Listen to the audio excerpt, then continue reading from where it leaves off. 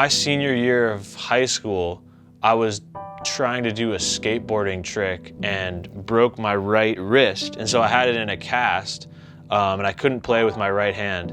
And so I was only practicing left hand for like 4 or 5 months. And that was when I really progressed in a weird way with my left hand. With hand independence, I think there's always kind of a focus point where, like, if your left hand is more active, you know,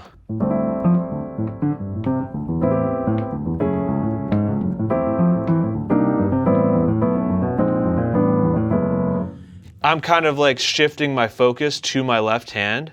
And what you kind of want to get to is you want to get one of the hands to be more comfortable, so it's almost like you don't have to think about it as much. You know, when people think about like a walking bass line,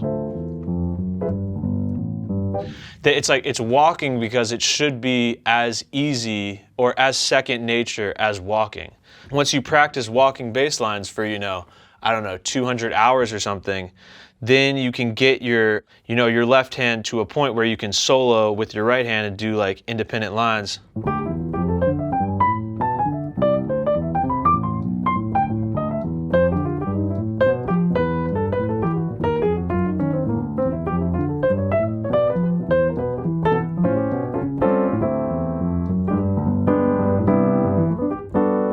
That was just an example, but like I'm able to do that because I've spent whatever the 4 months when I had a cast on just playing my left hand and just like sort of meditating in that. So now I'm putting my focus when I'm playing into my right hand, which is playing the melody.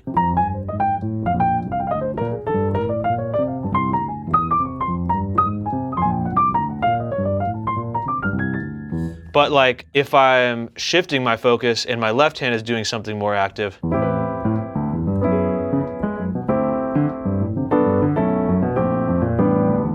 I've got my right hand chord, so that's the second nature part, and then I'm shifting my focus to my left hand. It's also really nice to do like locked hand stuff, like if you gotta, you know,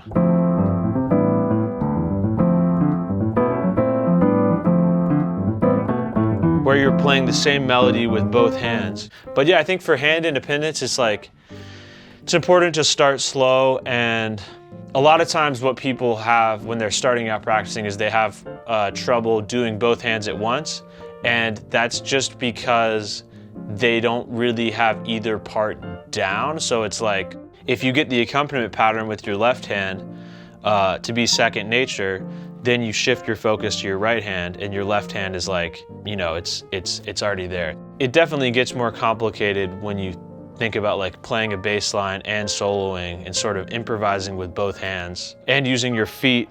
And if you're singing as well, that's already, you know, 4 things. It's not that hard to, I mean, that's a bad example. You know, people will eat and read while they're walking. That's 3 things. I don't like doing that, but that's also a bad example. Anyway, you can do a lot of things if some of them become second nature. If you want to sing, play a bass line, play chords, and use your foot on the sustain pedal, then just practice something very simple.